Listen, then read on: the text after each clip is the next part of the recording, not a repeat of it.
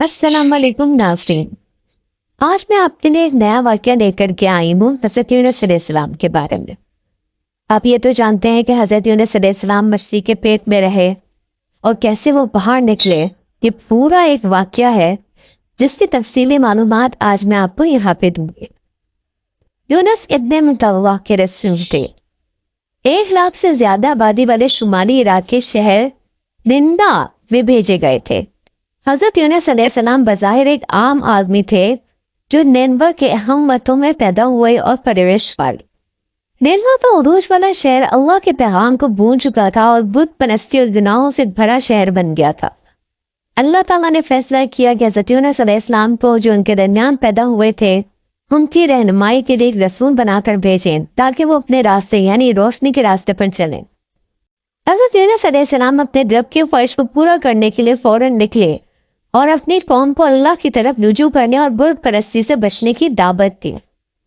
لیکن نینوا کے لوگوں نے یونس علیہ السلام کو رد کر دیا، جس طرح بہت سی قوموں نے ان سے پہلے کے نبیوں اور رسولوں کو رد کیا تھا۔ حضرت یونس علیہ السلام آخرکار مایوس ہو گئے تھے اپنی قوم کے لوگوں سے۔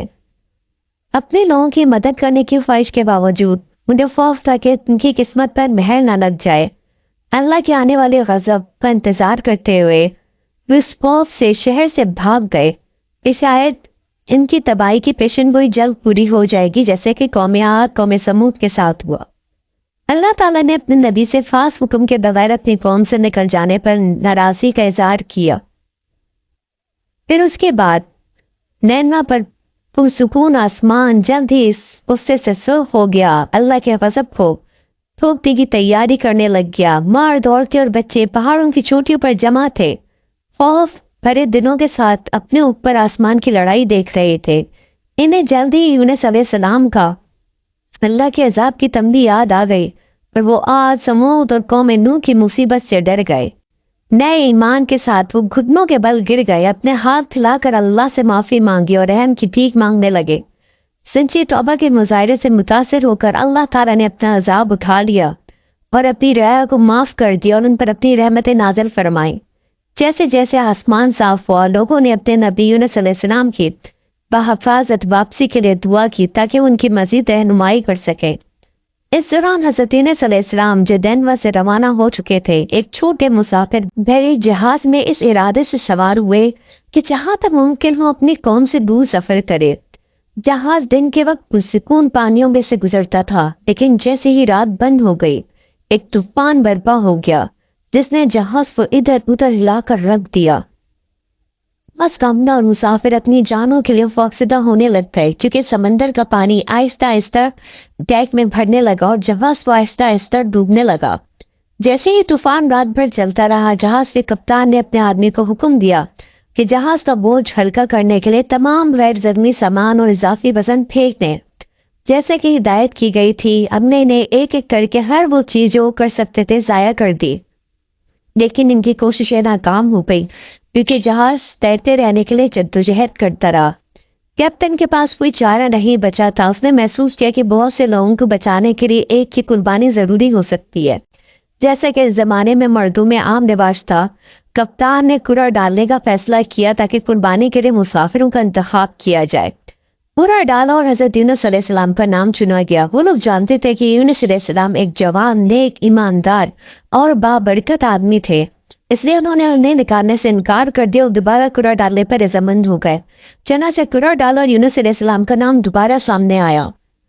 مردوں نے یونس کو پھینکنے سے انکار کرتے ہوئے کہا کہ ہم یونس سے جان چھڑانے والے نہیں ہیں، وہ کشتی پر ہماری برکت ہے، وہ بہترین آدمی ہے جو ہمارے پاس کشتی پر ہے، ہم ان سے جان چھڑانے والے نہیں ہیں۔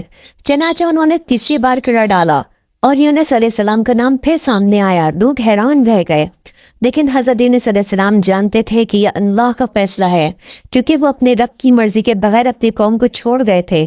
چنانچہ یونس علیہ السلام نے جہاز سے باہر سمندر کے بیچ میں اندھیری غضبناک لہروں میں چھلانگ لگا دی۔ جیسے کہ اللہ تعالیٰ نے حکم دیا، سمندر کی سب سے بڑی ویل سامنے آئی اور یونس علیہ السلام کو پانی سے ٹکراتے ہی نکل گئی۔ اس کے بعد ویل سمندر کی گہرائیوں میں اتر گئی۔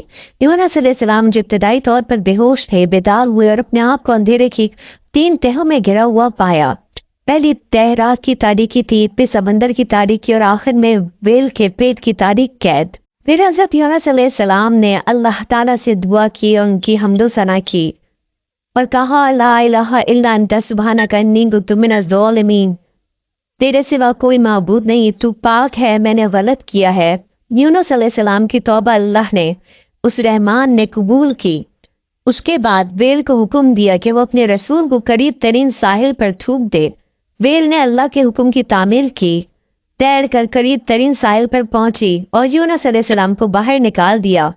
ویل کے پیٹ میں تیزاب کی وجہ سے یونس علیہ السلام کا جسم سوج گیا۔ اسے سورج اور ہوا سے کوئی حفاظت نہیں تھی، اس لیے اللہ تعالیٰ نے یونس علیہ السلام کے اوپر ایک درخت اگانے کا حکم دیا تاکہ اسے کھانا اور سایہ ملے۔ اللہ تعالیٰ نے انہیں معاف کر دیا اور بتایا کہ اگر ان کی مخلصانہ دعا نہ ہوتی تو یونس علیہ السلام قیامت تک ویل کے پیٹ میں رہتے۔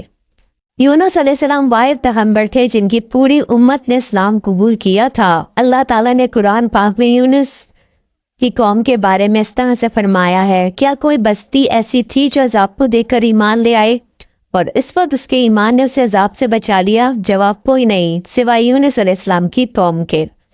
اگر میری ویڈیو پسند آئی ہو تو میری ویڈیو کو لائک کر دیجیے گا اور میرے چینل کو سبسکرائب کر دیجیے گا۔